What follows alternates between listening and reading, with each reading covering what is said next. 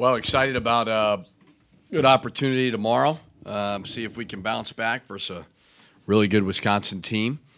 Did a lot of good things versus Purdue, but stopped rebounding the ball at the wrong times. And if you're going to win in this league, you have to defend and rebound. And we were playing good defense. We just didn't rebound the ball in crucial situations. Had a couple bad minutes there, but got to bounce back. Hopefully get Curry healthy. Limiting him was difficult last game, but he had a calf strain that hopefully he'll be a full go tomorrow. Do you have a rotation pretty much set now, Richard? Have you seen enough of everybody that you know exactly who you want to be the rest of the way? Yeah, I mean, you want to play everybody. You know, you want everybody to feel invested, but you also want to win the game, and people have got to understand their roles. And normally by February, that's pretty much set in stone. You know what you're going to get. You know, your opponents know what they're getting. So for the most part, yeah, I think that the more options you have, the better. And when we're healthy, I think we've got some pretty good options. Richard, is the Big Ten more unpredictable this year than normal? Well, I've going into my 6 years in this league, it's been pretty similar for most of it. When a coach gets fired, there's some turnover and there's some rebuilding, you know, that Ohio State and Indiana and Illinois have kind of had to deal with a little bit. But when you've got programs where coaches, even if you look at the, quote, bottom, they're really good coaches who have been there a long time. And, you know, a Penn State, like Penn State has a culture. They've got good players. They've got a really good coach. You know, Illinois is developing that, Nebraska. So it's there's great depth. It's very, very competitive. We don't seem to lose a lot of guys to one and done, so we have older players. You know, so it's a very, very difficult league. And then you look at a team like Rutgers, who's building. They're not an easy out either. So there's just no easy outs. It's anybody can beat anybody. I mean, you look at what Indiana did at Michigan State. I mean, I don't think anybody would have expected they snap a 7-game losing streak by winning at Michigan State on College game day. So you just never know. But there's a lot of smart players, really good fan bases that you can't neglect doing the right things when you play in the Big Ten, I think. You haven't lost consecutive Big Ten games because of your ability to bounce back. What do you attribute that to? I don't know.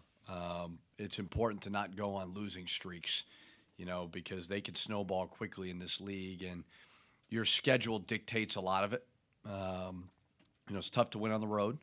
I think we've shown better poise lately at Michigan, at Purdue, to do some really good things. But we didn't win those games, you know. So at the end of the day, you just take it one game at a time. You got to respond in this league the right way because it can spiral out of control quickly. You know, so fortunate that we haven't done that, but we got to bounce back versus a very good Wisconsin team in order to do that. What does it take to stop a run like Purdue had at the end of the game? Is that talent, experience, or just a little more will for the team? Well, we missed 2 front-end and one-on-ones that affected it. They're going to go on some runs. They shoot the basketball very, very well. Edwards is averaging 25 points per game in the Big Ten. That's unheard of. You know, but again, we were defending. We stopped rebounding. If you don't defend and rebound, you can't get out on the break. And that when we stop doing those little things, teams are going to go on runs. But overall, I mean, overall in the league, it seems that the teams that stop those runs are the teams that, you know, are in the upper echelon of the Big Ten. I don't know. I mean, I kind of look at games as it's 40 minutes. Teams are going to go on runs. You know, it's we were up 13 at Purdue. I never felt we were blowing them out. Excuse me. You know, so I don't know. I just think you got to be disciplined. You have to be very, very fundamentally sound. You have to be disciplined mentally and physically because if you make any little mistake in this league full of smart players, you're going to pay for it. Offensively in the second half versus Illinois, you really got on a roll there with some differences. Do you think some of that moving into the Purdue game, did you try some of that in the second half? I don't think it had anything to do with the schemes. I think it was just not rebounding the ball. With Amir playing the way he is right now, obviously Dupree and Gabe, the way they shot the ball, you know, and versus Purdue, How can you get the three of those guards together having a game at the same time? I mean, it seems like I don't know. Do you have any suggestions of how? I feel like, you know, the Yeah, consistency there. I think you look at Gabe and Dupree got good shots.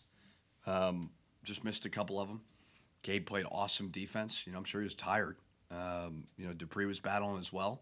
So it's just one of those things. As long as they're taking good shots, I don't necessarily focus on them missing them. Obviously, there's a preference that they make them, but I thought for the most part, they weren't taking bad shots. I thought they were getting some decent looks. And then Daniel, the game he had, especially in the first half, was that a case where confidence-wise he just had it going, or you know? I thought offensively he was very good, but there's so many factors that go into the game, and that's why it was difficult having Eric so limited. Where I think Daniel he's obviously a very, very talented player, who I think could potentially play at the next level one day. But like most freshmen, they struggle with little things at times, and you know, a game on the road at Purdue, you learn from that. So as challenging as for a coach to have freshmen in those situations, it's only good for him in the end. Richard's going to be a lot of good talent from this state on the floor tomorrow night. Is that kind of indicative of where basketball is in the state right now?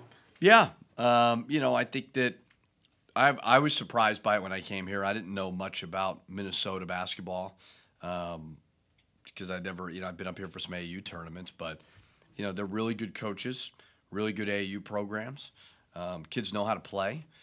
There's obviously you know, an affinity for the sport, you know, pro, college, etc. So it's a very, very talented state and a lot of good basketball being played here. Brad Davison has become a bit of a lightning rod for fans. How do you view his competitiveness, and does he cross the line maybe at times? I think Brad's a competitive player. Got to know him, recruiting him. Really good kid. You know, so he wants to win. So I don't really look at it like that. I think he's just trying to help his team win. What's been the theme for Wisconsin during their 5-game stretch here? Been making shots. Been really, really making shots. I mean, Hap puts you in so many binds. I've never seen a player do more for, you know, one player do more for one team. I've never seen it. When he's in the game, he just occupies so much. I mean, and he makes you make difficult decisions, and they spread you out with shooters. You know, so I think that, you know, a little bit of they're just finding a way to win some games. I mean, there's not a drastic difference in either team right now. I think we've both gotten better, but, you know, they're going to do what they do, and we're going to do what we do.